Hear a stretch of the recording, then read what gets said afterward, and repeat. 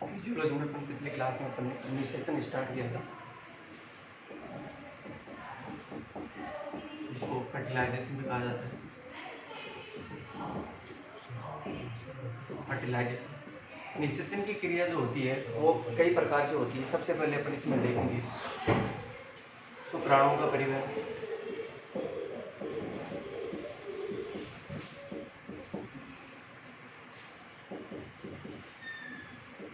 अब शुक्राणुओं का परिवहन किस प्रकार होता है वो मैंने पिछली क्लास में आपको बताया था। शुक्राणु जो होते हैं वो यूट्रस से होते हुए, सर्विक्स यूट्रस से होते हुए किस में जाते हैं, फैलोपियन नलिका में जाते हैं, जहाँ पे निषेचन की क्रिया होती है। निषेचन की क्रिया कौन से भाग में होती है, मादा जनन तंत्र के कौन से भाग में निषेचन की क्रिया होती है, ये कई बार इसका एग्जाम में ये क्वेश्चन भी पूछा गया है। तो आपको याद रखना है कि इसमें फैलोपियन नलिका के अंदर निषेचन की क्रिया होती है। अगर फैलोपियन नलिका में भी उसका पार्ट पूछा जाए तो आपको याद रखना है कि उसमें एम्पुला जो पार्ट होता है, निषेचन जो फैलोपियन नलिका का एम्पुला वाला जो पार्ट होता है, एम्पुला एक थोड़ा फूला हुआ भाग होता है, उसको एम्पुला नाम दिया गया है। तो एम्पुला वाले पार्ट में निषेचन की क्रिया जो होती है, इसके लिए क्या जरूरी है, निषेचन के लिए सबसे पहले क्या जरूरी है कि जो एम्पुला वाला पार्ट होता है, एम्पुला वाला पार्ट जो फैलोपियन नलिका का एम्पुला का जो पार्ट होता है उसके अंदर शुक्राणुओं का परिवहन जरूरी है, क्योंकि जिस स्थान पर निषेचन की क्रिया होनी है उस स्थान पर शुक्राणुओं का पहुंचना जरूरी है। उसके बाद क्या होता है, उसके बाद अंडाणु का पहुंचना या अपन कह सकते हैं ओवम का उस स्थान पर पहुंचना जरूरी है। निषेचन किसे कहते हैं, शुक्राणु और अंडाणु के दोनों केंद्र जो मिलते हैं उस क्रिया को निषेचन कहते हैं। अंडाणु और शुक्राणु की जो केंद्रक आपस में मिलते हैं उस क्रिया को निषेचन कहा जाता है। तो निषेचन के लिए जरूरी क्या है, सबसे पहले तो शुक्राणु का परिवहन जरूरी है, क्योंकि शुक्राणु जो होते हैं, शुक्राणु पहुंचेंगे तभी तो उसके बाद में वो अंडे को निषेचित कर पाएंगे। तो मैं आपको एक डायग्राम के हिसाब से अपन देख लेते हैं।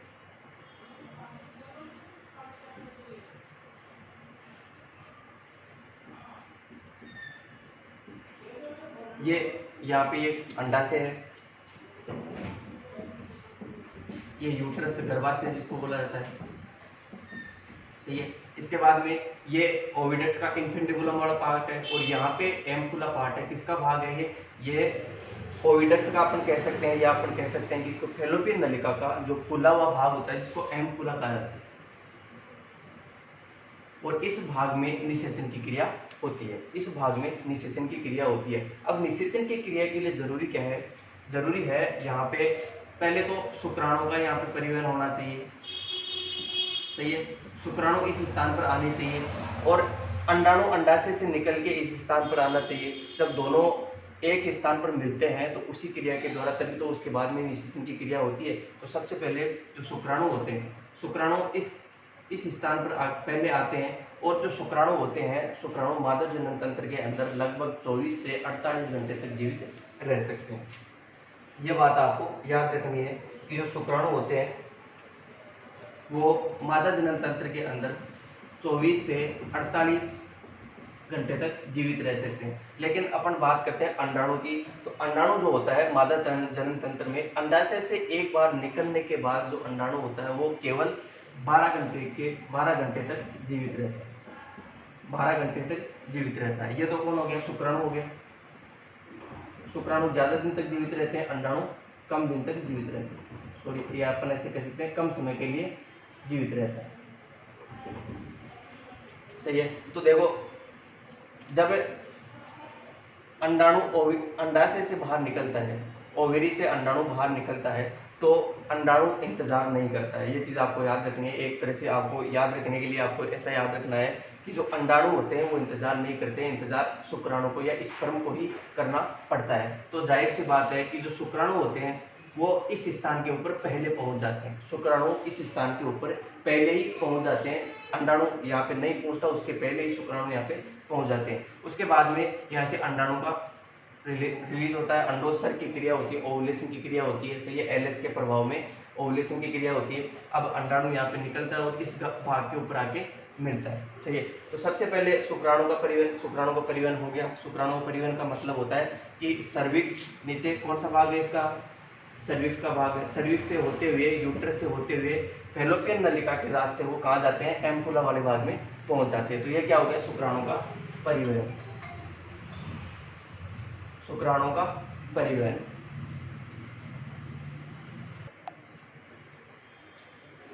शुक्राणु के परिवहन के बाद में आता है अंडाणु का परिवहन।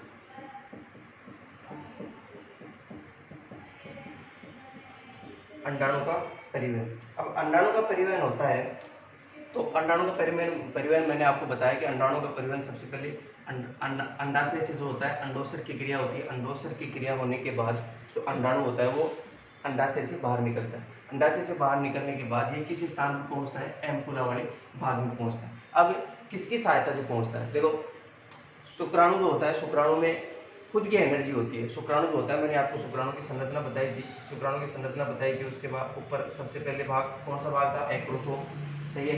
हेड के पार्ट में आगे के ऊपर कौन सा, केप नुमा संरचना पाई जाती है जो एक्रोसोम होती है। मध्य भाग होता है जिसको मिडिल पीस कहा जाता है। मिडिल पीस के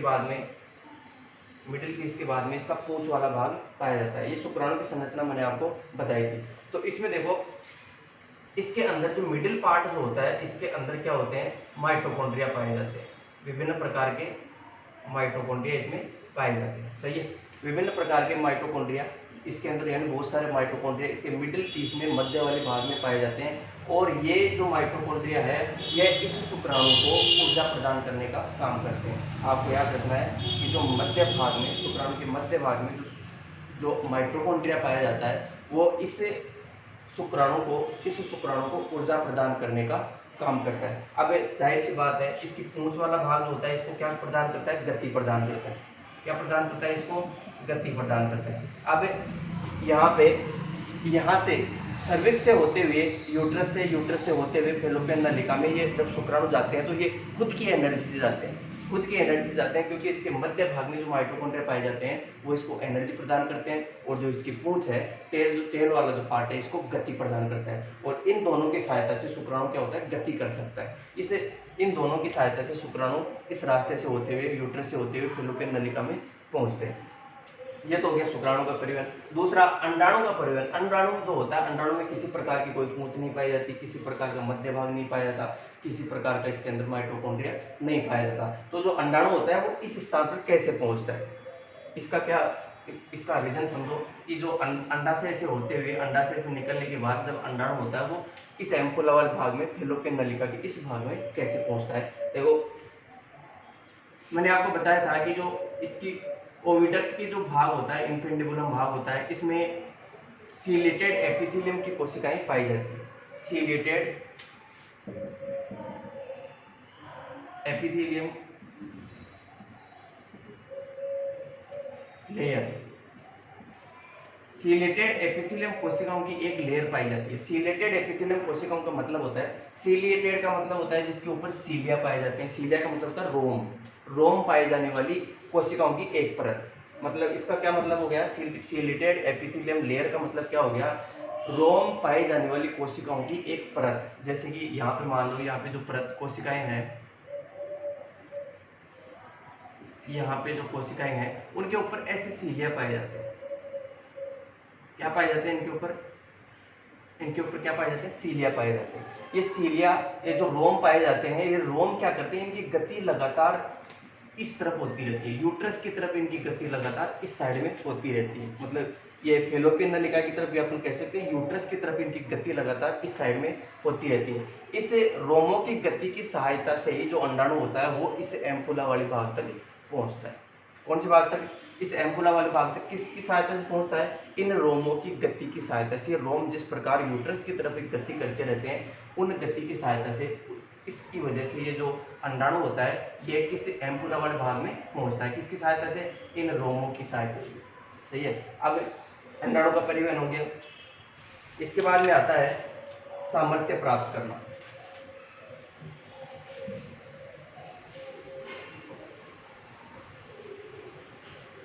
ये जो रोम पाए जाते हैं, ये पूरे इस फेलोपियन नलिका के अंदर पाए जाते हैं, आगे तक ये पाए जाते हैं, यूट्रस तक ये हो सकते हैं।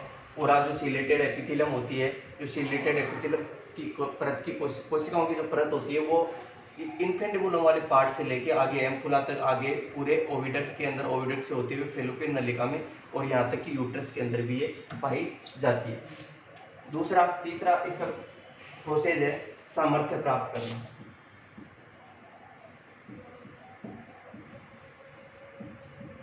सामर्थ्य प्राप्त करना, सामर्थ्य प्राप्त करने का मतलब होता है, सामर्थ्य का मतलब होता है जो शुक्राणु जो होते हैं वो अंडाणु की परत को नष्ट करने का जो सामर्थ्य होता है, इसका मतलब है कि सामर्थ्य प्राप्त करना।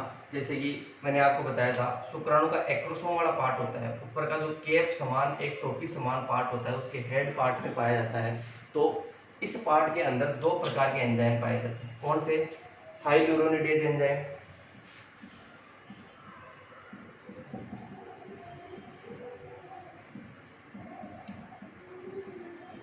हाइल्यूरोनिडेज एंजाइम, इसके साथ साथ इसमें पाया जाता है एक्रीसिन। एक्रीसिन, ये दो प्रकार के एंजाइम इसके अंदर पाए जाते हैं, हाइल्यूरोनिडेज एंजाइम और एक्रीसिन एंजाइम। ये आपको याद रखना है, कई बार इसको एग्जाम में पूछा गया है कि जो अंडाणु होता है उसकी जोना पेल्यूसिडा परत को नष्ट करने वाले एंजाइम कौन कौन से हैं। तो आप आंसर क्या करना है? हाइल्यूरोनिडेज एंजाइम और इसके साथ साथ आर्सिनिन एंजाइम, सॉरी एक्रीसिन एंजाइम। अब देखो, सामर्थ्य प्राप्त करने का मतलब होता है कि शुक्राणु जो होता है वो अंडाणु की जोना पेल्यूसिडा को नष्ट कर सके। सही है, इसको बोला जाता है अंडाणु का, सॉरी शुक्राणु का सामर्थ्य। शुक्राणु का सामर्थ्य किसको बोला जाता है? जब अंडाणु शुक्राणु के संपर्क में आता है, जब अंडाणु इस एम्पुला वाले भाग में शुक्राणु के संपर्क में आता है, तो संपर्क में आने के बाद अंडाणु के ऊपर पाई जाने वाली एक जोना पेल्यूसिडा परत पाई जाती है। सही है, मैंने आपको पिछली क्लास में अंडाणु की संरचना बताई थी। अंडाणु की संरचना में जब अंडाणु अंडाशय से बाहर निकलता है तब इसके ऊपर एक परत पाई जाती है जिसको बोला जाता है जोना पेल्यूसिडा।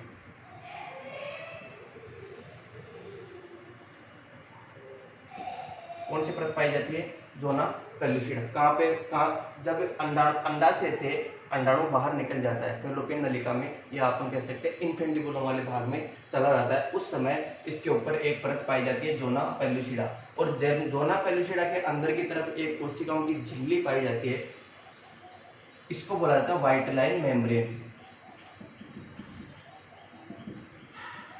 इस झिल्ली को क्या बोला जाता है? White line membrane. तो ये दो प्रकार की परतें अपन कह सकते हैं झिल्लियां इस अंडाणु के ऊपर पाई जाती है, जिनमें एक तो होती है ऊपर परत और दूसरी होती है नीचे झिल्ली। सही है, तो जब अंडाणु इस जोना पेल्यूसिडा परत को नष्ट करने की क्षमता रखता है तभी तो उसके बाद में निषेचन की क्रिया होगी। तो सामर्थ्य प्राप्त करना, ये सामर्थ्य कहाँ प्राप्त करता है? सबसे पहले तो ये अधिवर्षण के अंदर, एपिडिडाइमिस वाला भाग होता है नर जनन तंत्र में, अधिवर्षण का जो भाग होता है तो उसके अंदर कुछ मात्रा में इसकी सामर्थ्य प्राप्त करता है। इसके बाद में जब ये मादा जनन तंत्र के अंदर आता है, शुक्राणु जब मादा जनन तंत्र के अंदर आता है उस समय भी कुछ मात्रा में ये सामर्थ्य प्राप्त करता है। सामर्थ्य प्राप्त करने का क्या मतलब है? सामर्थ्य प्राप्त करने का मतलब है कि किसी शुक्राणु के द्वारा अंडाणु के ऊपर पाए जाने वाले जोना पेल्यूसिडा परत को नष्ट करने की क्षमता। अंडाणु के ऊपर पाए जाने वाले जोना पेल्यूसिडा परत को नष्ट करने की क्षमता क्या कहलाती है? एक शुक्राणु की सामर्थ्य कहलाती है। तो आपको ये याद रखना है। इसमें कौन से एंजाइम पाए जाते हैं? हाइल्यूरोनिडेज एंजाइम और एक्रीसिन। हाइल्यूरोनिडेज एंजाइम और एक्रीसिन दो प्रकार के एंजाइम पाए जाते हैं जो अंडाणु के ऊपर जोना पेल्यूसिडा परत को नष्ट करने का काम करते हैं। तो ये हो गया सामर्थ्य प्राप्त करना।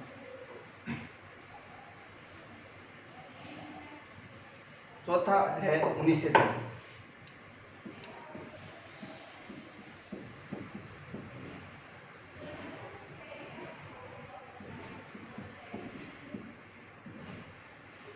चौथा है निषेचन।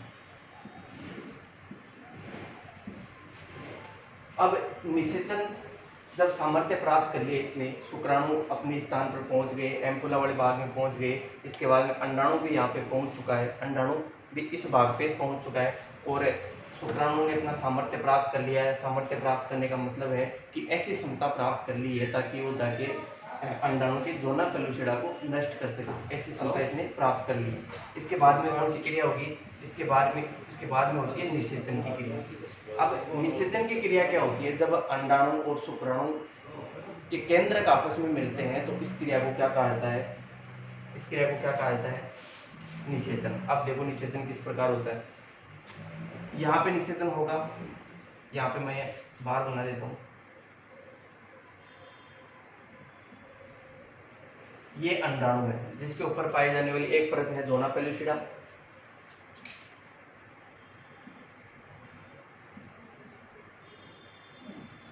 और अंदर की जो झिल्ली होती है उसको बोला जाता है व्हाइट लाइन मेम्ब्रेन।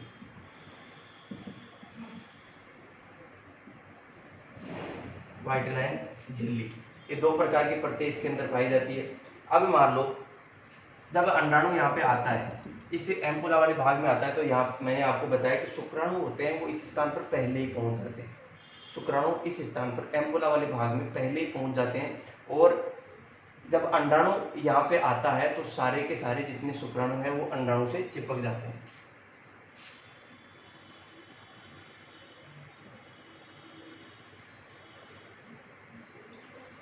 अंडाणु से चिपक जाते हैं, किस पार्ट से?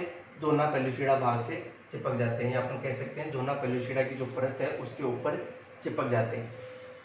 अब इनमें से जो शुक्राणु पहले इस परत को नष्ट करेगा, जो शुक्राणु पहले सबसे पहले, इन जितने भी जो शुक्राणु इसके चारों तरफ चिपके हैं उनमें से जो शुक्राणु सबसे पहले जोना पेलुसिडा परत को नष्ट करेगा वही अंदर जा पाएगा। अब जैसे कि मान लो ये शुक्राणु है, इसने सबसे पहले क्या किया, इसने सबसे पहले इस परत को नष्ट कर दिया। नष्ट किसकी सहायता से किया? नष्ट किया इसने एक्रोसोम में पाए जाने वाले दो प्रकार के एंजाइम, हाइड्रोनिडेज और एक्रीसिन, दो प्रकार के एंजाइम बताए थे, उनकी सहायता से इस परत को नष्ट कर देता है। अब जैसे ये इस परत को नष्ट करता है ये अंदर चला जाता है, कहाँ पे? व्हाइट लाइन मेम्ब्रेन में चला जाता है। अब जैसे व्हाइट लाइन मेम्ब्रेन में अंदर जाता है, देखो जब शुक्राणु बाहर था, व्हाइट लाइन मेम्ब्रेन से बाहर था, उस समय इस व्हाइट लाइन मेम्ब्रेन की जो क्षमता थी वो थी, उसको बोलते हैं पारगम्य था। व्हाइट लाइन मेम्ब्रेन थी वो पारगम्य थी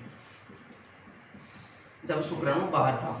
शुक्राणु जब सारे शुक्राणु जोना पेलुसिडा परत के बाहर चिपके हुए थे उस समय जो व्हाइट लाइन मेम्ब्रेन पारगम्य थी। पारगम्य का मतलब है किसी भी चीज़ को अंदर आने देना और किसी भी चीज़ को बाहर जाने देना, इसका मतलब है उसे, इस क्रिया को क्या बोला जाता है? पारगम्यता। इस स्थिति को क्या बोला जाता है? पारगम्यता बोला जाता है। लेकिन जैसे एक शुक्राणु इस व्हाइट लाइन मेम्ब्रेन के अंदर प्रवेश करता है, जैसे कि मान लो ये शुक्राणु इस व्हाइट लाइन मेम्ब्रेन के अंदर प्रवेश कर गया, अब प्रवेश करने के पश्चात ये जो मेम्ब्रेन होती है व्हाइट लाइन मेम्ब्रेन, ये कैसी हो जाती है? ये हो जाती है अपारगम्य। ये व्हाइट लाइन मेम्ब्रेन जो होती है ये अपारगम्य हो जाती है। अपारगम्य का मतलब होता है किसी भी चीज़ को ना तो अंदर आने देना ना किसी भी चीज़ को बाहर जाने देना, इसका मतलब है ये जो झिल्ली है वो अपारगम्य है। तो इसके बाद में जैसे कि शुक्राणु, जैसे ही एक शुक्राणु अंदर जाता है उसके बाद में ये जो झिल्ली होती है ये अपारगम्य हो जाती है। अपारगम्य क्यों होती है? ताकि कोई दूसरा शुक्राणु इसके अंदर प्रवेश ना कर सके। ये किस क्रिया को रोकने का एक साधन है? पॉलीस्पर्मी। पॉलीस्पर्मी, पॉलीस्पर्मी का मतलब होता है एक से ज़्यादा शुक्राणु अगर अंडाणु में प्रवेश कर जाते हैं, एक से ज़्यादा शुक्राणु अंडाणु में प्रवेश कर जाते हैं तो उस स्थिति को बोला जाता है पॉलीस्पर्मी। तो पॉलीस्पर्मी को रोकने के लिए व्हाइट लाइन मेम्ब्रेन को अपारगम्य होना पड़ता है। इस पॉलीस्पर्मी की क्रिया को रोकने के लिए इस व्हाइट लाइन मेम्ब्रेन को अपारगम्य होना पड़ता है ताकि एक ही शुक्राणु अंदर प्रवेश कर सके, बाकी शुक्राणु शरीर अंडाणु में प्रवेश ना कर सके। अब जैसे ये व्हाइट लाइन मेम्ब्रेन के अंदर प्रवेश करता है तो ये जो शुक्राणु होता है इसने अपना केंद्रक यहाँ पे छोड़ देता है, सही है। ये जो शुक्राणु होता है ये केंद्रक अपना केंद्रक इस लिक्विड, इसमें कोशिका द्रव्य में या अपन कह सकते हैं अंडाणु के द्रव्य में छोड़ देता है। और अंडाणु के द्रव्य में पहले से ही अंडाणु का केंद्रक पड़ा हुआ है, पहले से ही इस अंडाणु का केंद्रक इसमें पड़ा हुआ है और शुक्राणु का केंद्रक भी इसमें आ गया। अब इस स्थिति में जब केंद्र, दोनों के केंद्र के इस तरल में, जब ओवम के अंडाणु के तरल में पड़े हुए होते हैं तो इस समय को क्या बोला जाता है? इसको बोला जाता है नर पूर्वी केंद्र। नर पूर्वी केंद्र, सही है। और इसको बोला जाता है मादा पूर्वी केंद्र। मादा पूर्वी केंद्र, इनको बोला जाता है मादा पूर्वी केंद्र, इनको बोला जाता है नर पूर्वी केंद्र। अब जैसे ये दोनों क्या करते हैं, ये अपना न्यूक्लियर मटेरियल बाहर छोड़ देता है, न्यूक्लियर मटेरियल जो भी डीएनए जो इसके अंदर उपस्थित है वो बाहर छोड़ देता है, ये भी अपना डीएनए बाहर छोड़ देता है। और जैसे ही दोनों के डीएनए मिलते हैं, दोनों के डीएनए मिलते हैं तो एक केंद्रक बन जाता है इसके, क्या बन जाता है, एक केंद्रक इसके अंदर बन जाता है। अब दोनों के केंद्रक, इसका केंद्रक नर पूर्वी केंद्रक और मादा पूर्वी केंद्रक आपस में मिलते हैं, इस क्रिया को बोला जाता है संयुग्मन, सिनगेमी जिसको बोला जाता है। इस क्रिया को क्या बोला जाता है, संयुग्मन। जब मादा पूर्वी केंद्रक और नर पूर्वी केंद्रक आपस में मिलते हैं तो इस क्रिया को बोला जाता है संयुग्मन या सिनगेमी, सही है। इसके बाद में दोनों के मिलने के बाद जो संरचना बनती है, दोनों केंद्रकों के मिलने के बाद जो संरचना बनती है उसको बोला जाता है जाइगोट, उसको बोला जाता है जाइगोट या युग्मनज। इस क्रिया को बोला जाता है युग्मनज, जाइगोट जिसको बोला जाता है। यानी कि नर का केंद्रक और मादा के केंद्रक आपस में अगर मिल जाते हैं तो इस क्रिया को क्या बोला जाता है, सिनगेमी। और मिले हुए केंद्रक से दोनों केंद्रक मिलते हैं तो उसके बाद में कौन सी संरचना बनती है, जाइगोट या युग्मनज संरचना बनती है। इसके बाद में क्या होता है,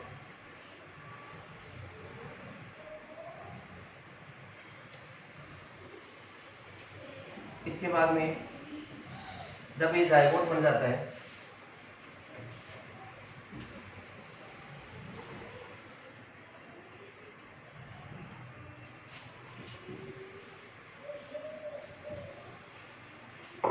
जब ये जाइगोट बन चुका है, जाइगोट बनने के बाद इसके अंदर क्या होते हैं, समसूत्री विभाजन होते हैं।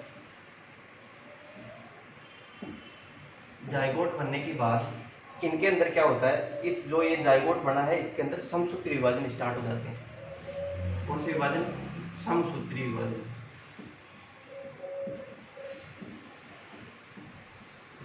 समसूत्री विभाजन प्रारंभ हो जाते हैं। अब समसूत्री विभाजन, ये जो समसूत्री विभाजन है ये हर एक कोशिका में होते हैं। जैसे कि मान लो एक कोशिका है, इससे क्या बनी, दो कोशिका बनी, सही है।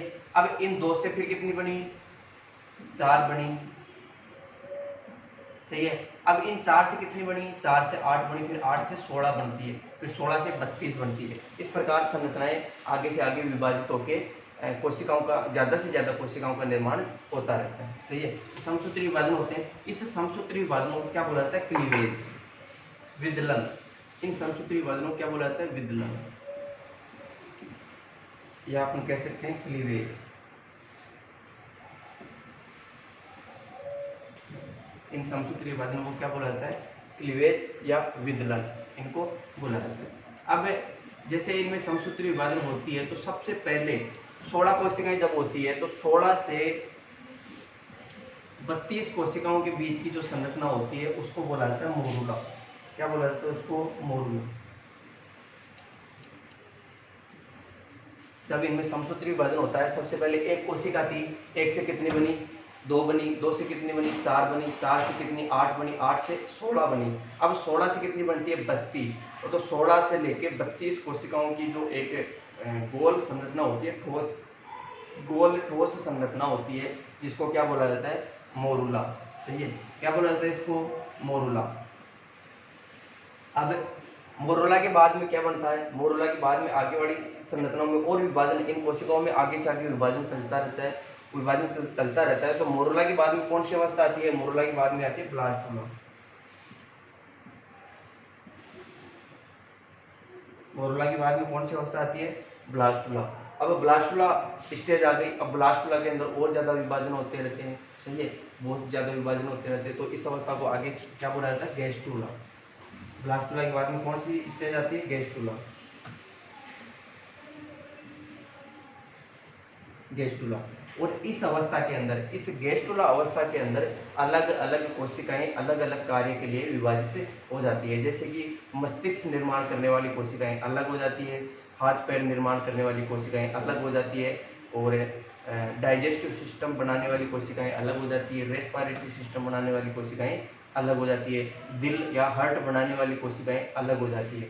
ये सारी कौन सी स्टेज के अंदर आती है, गैस्टुला स्टेज के बाद में ये सारे डेवलपमेंट स्टार्ट हो जाते हैं। सबसे पहली कोशिका कौन सी थी, मोरूला, मतलब 16 से 32 कोशिका की अवस्था कौन सी थी, मोरूला। उसके बाद में क्या आई, ब्लास्टुला। ब्लास्टुला के बाद में गैस्ट्रुला। अब यहाँ पे आपको याद रखना है कि गैस्ट्रुला में जो पाई जाने वाली कोशिकाएं हैं उनको क्या नाम दिया गया है। गैस्ट्रुला में, गैस्ट्रुला अवस्था में पाई जाने वाली कोशिकाएं क्या कहलाती है, ब्लास्टोसाइट। क्या कहलाती है, ब्लास्टोसाइट। ये आपको याद रखना है कि गैस्ट्रुला में पाई जाने वाली कोशिकाएं क्या कहलाती है, इसके नाम से इसका नाम पड़ा है इन कोशिकाओं का। गैस्ट्रुला में जो कोशिकाएं पाई जाती है उनका नाम किस आधार पर पड़ा है, ब्लास्टुला के आधार पर। क्या नाम, ब्लास्टोसाइट। तो ये हो गया निषेचन। निषेचन की सारी प्रोसेस, सबसे पहले तो शुक्राणु का परिवहन, उसके बाद में अंडाणु का परिवहन, उसके बाद में शुक्राणु का सामर्थ्य प्राप्त करना। सामर्थ्य प्राप्त करने के बाद में निषेचन की क्रिया होती है। जब शुक्राणु और अंडाणु के दोनों केंद्रक मिलते हैं तो उस क्रिया को निषेचन कहा जाता है। निषेचन के बाद में उनमें समसूत्री विभाजन स्टार्ट हो जाते हैं, जिसको क्या बोला जाता है, क्लीवेज या विदलन जिनको बोला जाता है। विदलन होने के बाद ये विदलन जो होते हैं वो चलते रहते हैं, लगातार चलते रहते हैं। तो 16 से 32 कोशिकीय की अवस्था होती है, उसको मोरुला कहा जाता है। और मोरुला के बाद में ब्लास्टुला बनता है, ब्लास्टुला के बाद में गैस्ट्रुला बनता है। गैस्ट्रुला में पाई जाने वाली कोशिकाएं क्या कहलाती है, ब्लास्टोसाइट कहलाती है। सही है। गैस्ट्रुला में पाई जाने वाली कोशिकाएं क्या कहलाती है, ब्लास्टोसाइट। और गैस्ट्रुला जब स्टेज आ जाती है तो गैस्ट्रुला स्टेज में ही आने के बाद ये जो ऑर्गन होते हैं ये बनना स्टार्ट होते हैं। अपन कह सकते हैं कि गैस्ट्रुला में जो पाई जाने वाली ब्लास्टोसाइट कोशिकाएं होती है वही आगे जाके अलग अलग अंगों में विभाजित हो जाती है। मतलब तंत्रिका तंत्र बनाने वाली कोशिकाएं अलग हो जाती है, उत्सर्जन तंत्र बनाने वाली कोशिकाएं अलग हो जाती है, और एनाटॉमी मतलब हड्डियां बनाने वाली कोशिकाएं अलग हो जाती है। ये सारी कोशिकाएं होती है वो इस स्टेज के अंदर आके अलग अलग हो जाती है। और उसके बाद में इनमें आगे से फिर समसूत्री विभाजन चलता है, पूरे अंगों का निर्माण होता है।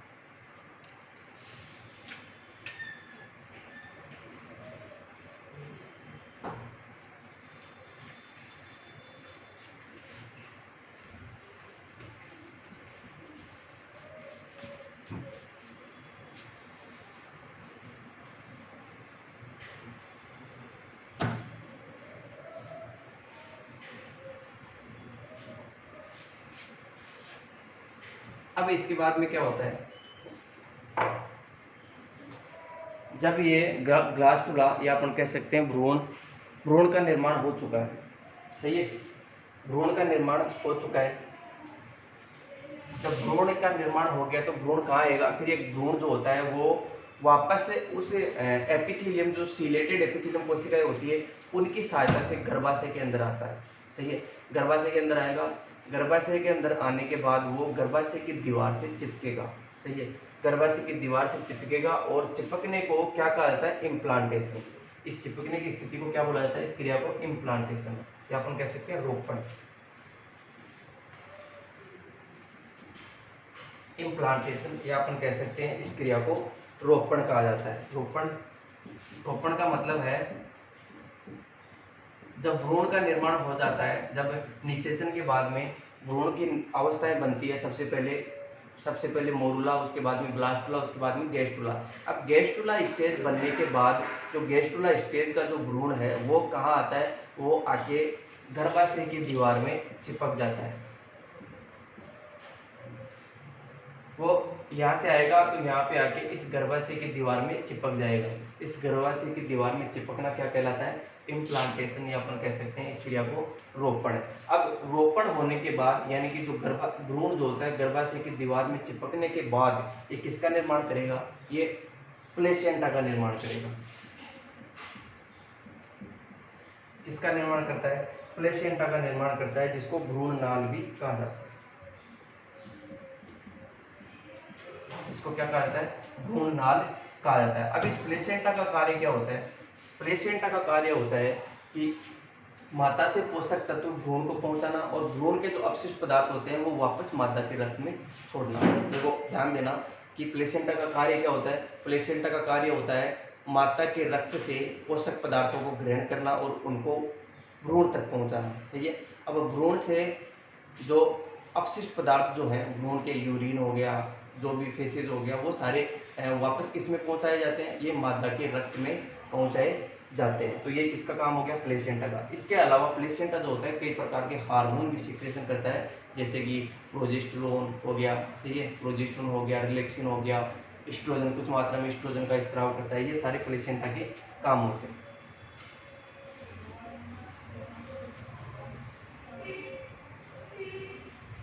ये हो गया फर्टिलाइजेशन यानी कि निषेचन की क्रिया पूरी हुई। बाकी अपन प्लेसेंटा के प्रकार ये सब अपन नेक्स्ट क्लास में देखेंगे।